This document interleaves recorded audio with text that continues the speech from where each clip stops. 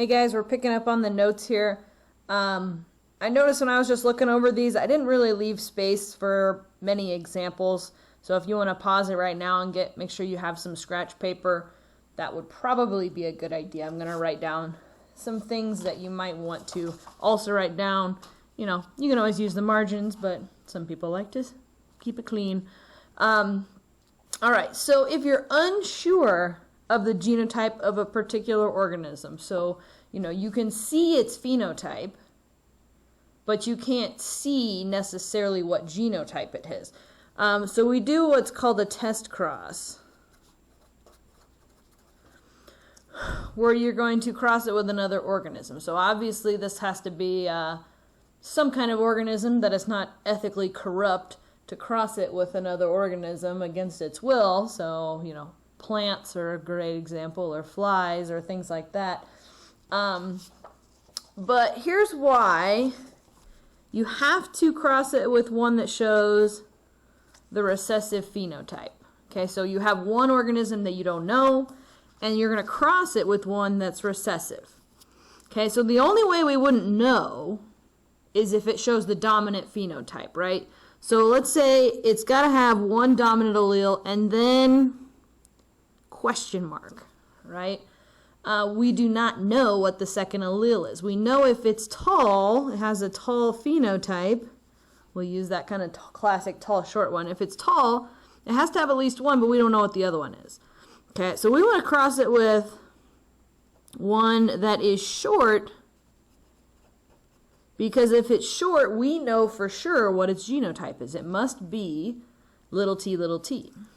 So if we did this test cross and we look at the organisms that result, the offspring, basically we can kind of just see, okay, well, did it match the Punnett square for whatever? Okay, so I'm going to not write the question mark in. So I know for sure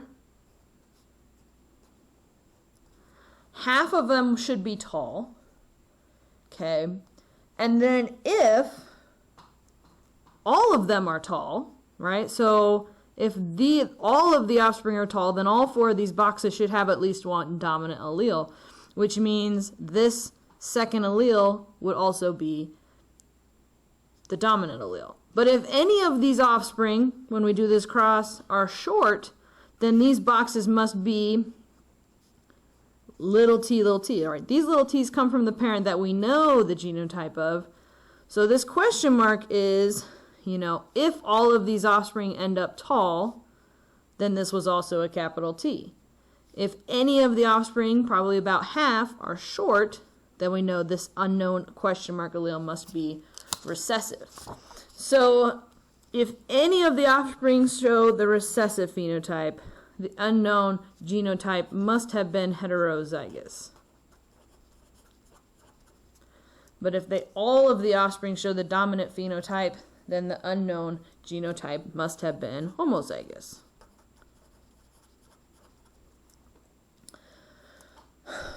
Okay, so law of independent assortment. We just had this.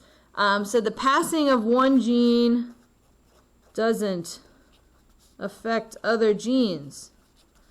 But the more we studied genetics, the more we kind of tried to figure everything out, we figured out sometimes it does.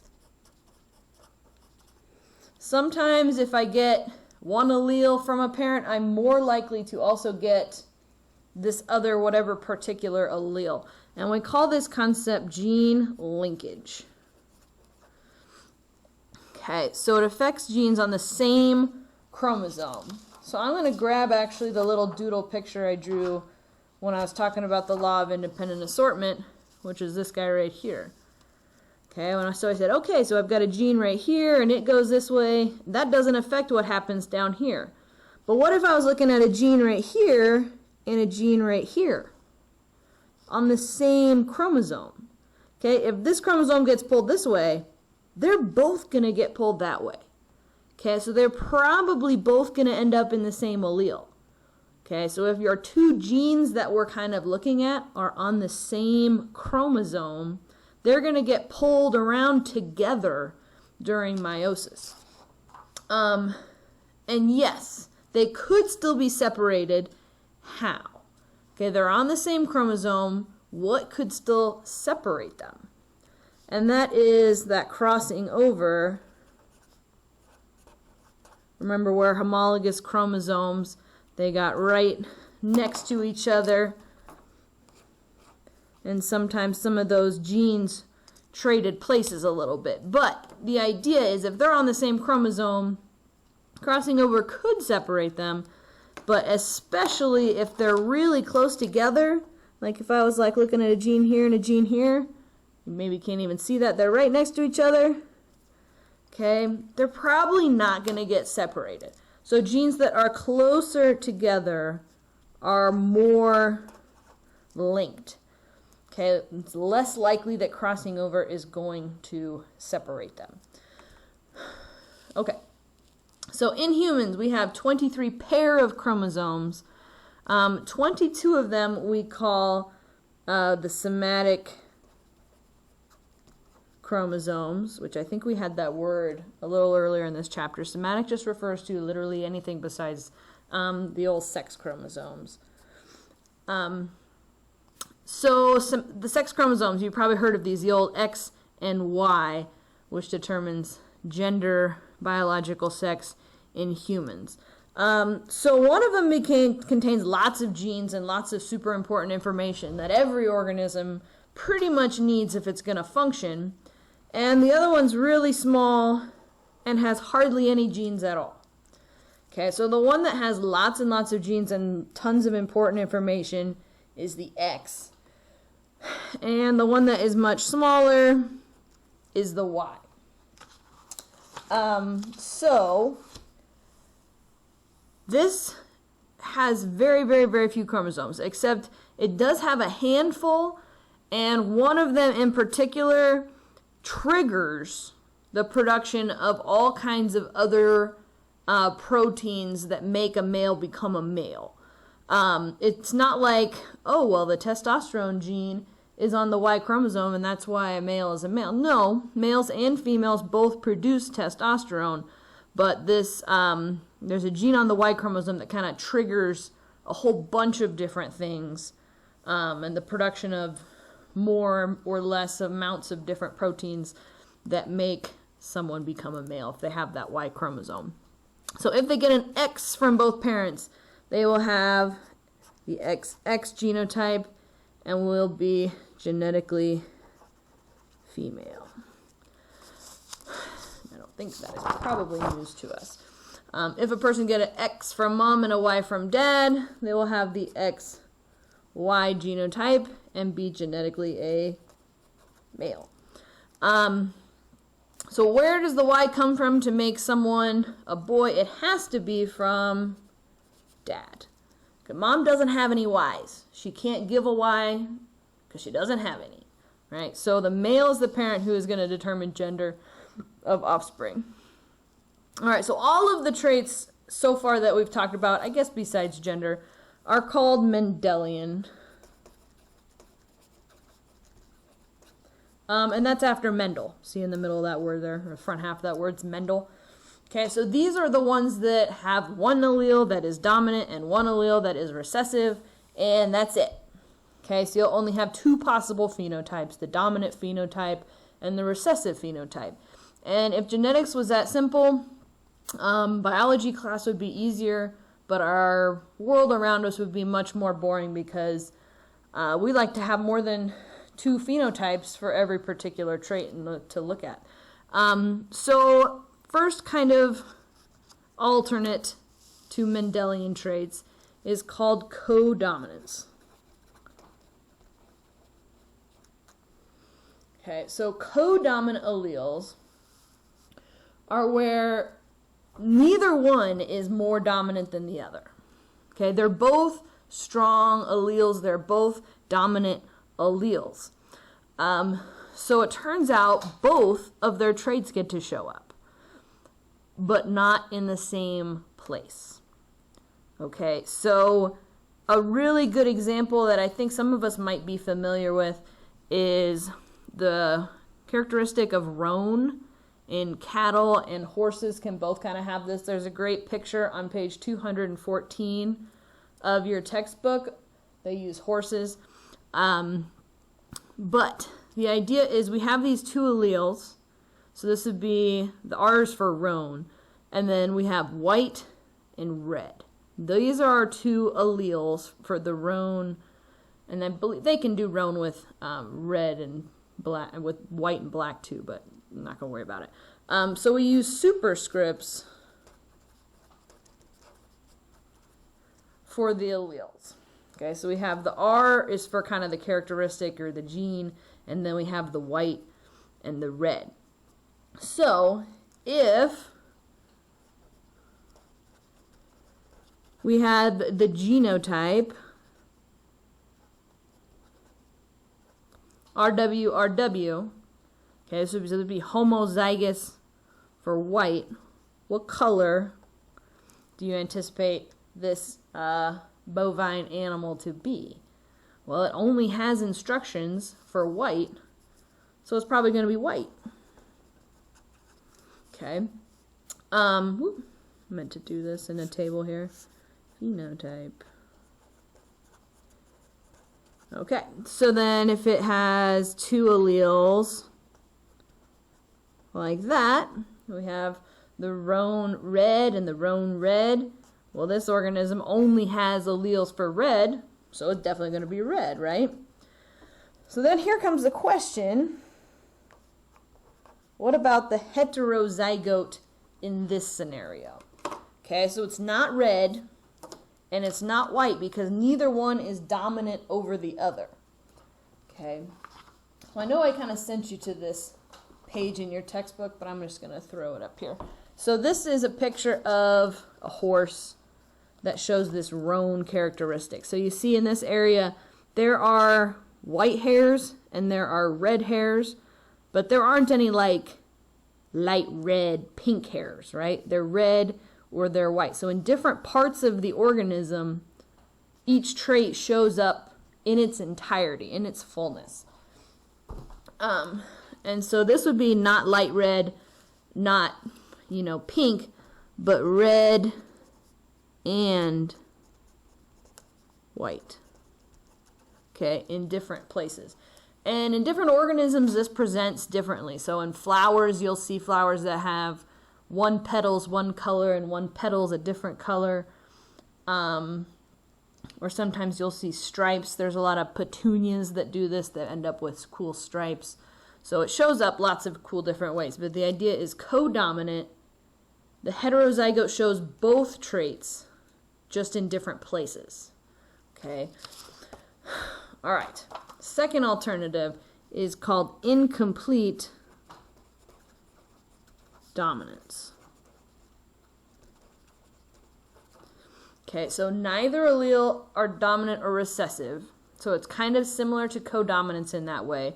But instead of each being so strong that it shows itself fully in its own place, the phenotype is instead a blend of the phenotypes.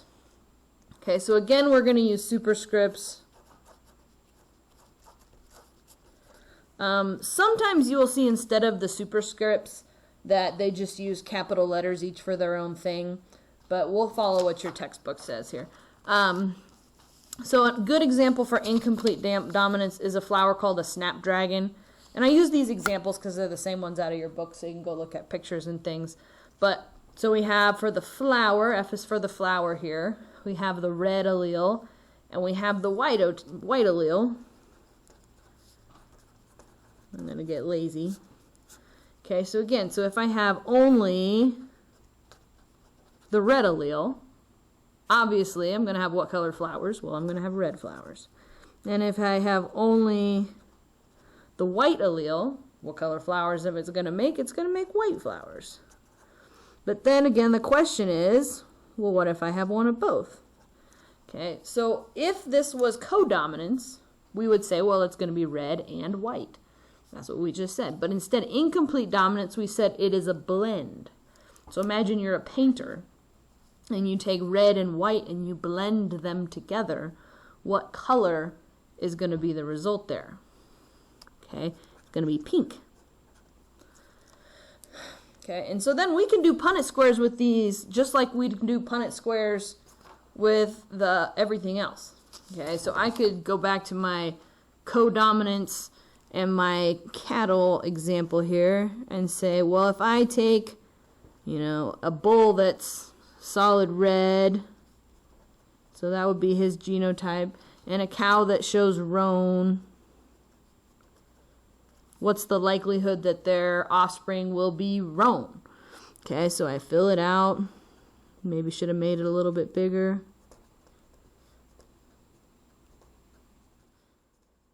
But I would see these two would be roan and these two would be red, so I'd have 50% red, 50% roan. Okay, the Punnett squares work exactly the same. Or I can say, well, now what if I take two pink flowers and cross them? Okay, so if I take two pink ones, so I'm going to have one parent that's heterozygous, one red, one white. Same idea. I'm going to just write the superscripts because my Punnett square was getting a little bit big or cramped. Okay, so if I said, okay, so here's a pink flower, here's a pink flower. If I cross those two pink flowers, I'm going to get 25% red flowers, 25% white flowers, and two boxes that are heterozygotes. And so two of them would be pink.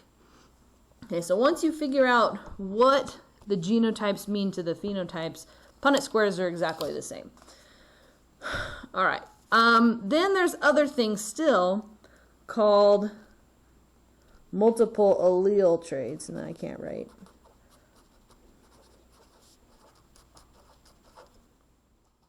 Multiple allele traits, where for a single gene, there are 3 or more alleles.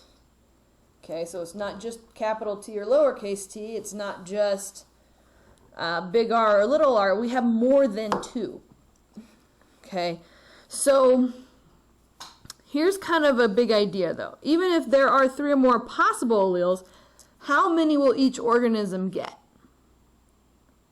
Only 2, right? You still get one from mom, one from dad. There's probably alleles out in the world that you don't have, right? You only get 2, one from mom and one from dad. So a really fun example of this is blood typing, which we're going to get to in just a second here.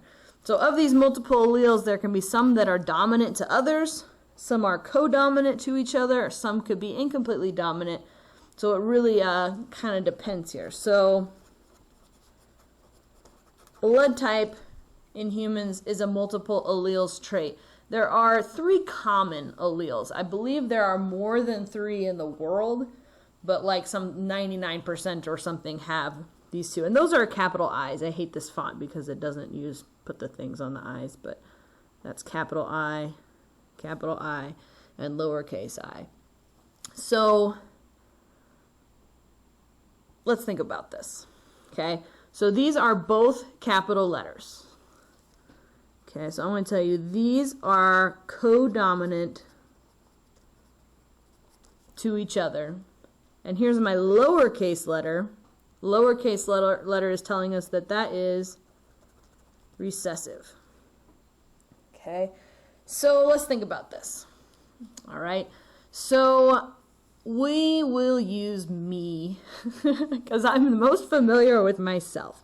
So here's my mom. She's blood type O, and here's my dad, and he's blood type A. Okay, we're going to leave the positive and negative off of this for right now. That's actually a separate gene, but let's just kind of go with this for right now. So my mom's blood type O. Okay, that's her phenotype. That's what we call the physical type of blood that she produces, right? So if that is her phenotype, I don't see any of my alleles with an O. Okay, so the O you can think of standing for open. It means it doesn't really have anything else. So blood type O has the genotype little I, little I. Okay, anybody that's blood type O, they must have 2 of that recessive allele. They're open. They don't have anything else. Okay, dad, We don't know. He must have at least one of these, okay? Because that's the dominant allele for blood type A, okay? If I only know I say his blood type is blood type A, what could his second allele be? Okay, so it could be that he has another one of these dominant IA alleles, right? Could be. He'd be homozygous. He would definitely have type A blood. But it could also be the lowercase I that's easily covered up by a dominant allele. So I'm going to leave that blank for right now. We're going to talk a little more about me. So I have 3 siblings. Jesse, blood type O, Allison, blood type A, Randall, blood type O, and here's me, blood type A.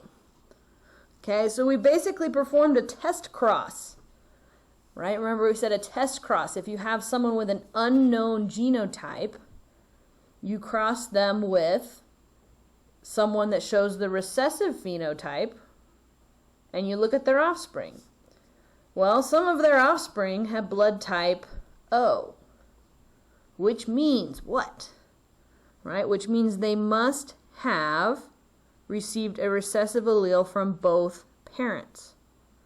So this unknown allele has to be what? Okay, it has to be the recessive allele because my brothers both got it from him. Okay? So how is this any different than the other things? Well, if we take a step outside of my family here, right? So the phenotypes, there is type O,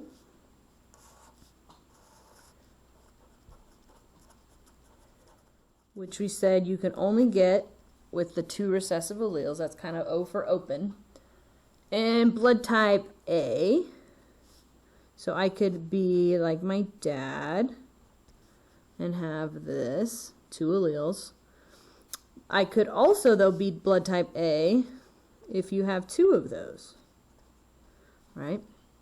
Be homozygous there. So what other blood types have you probably heard of? Well, there's B, right? So I'd have to have a B allele, and it could be partnered up with a recessive one, or it could be partnered up with another one just like it. And then there's one more blood type, and this is where things we have to remember. I said they're co-dominant to each other. Okay. So the only possible combination I haven't covered here is if you have 2 different of those 2 alleles, the IA and IB. Okay. So it's not like one of them overpowers the other. They both exist, right? In co-dominant, they both exist. So this is called AB blood.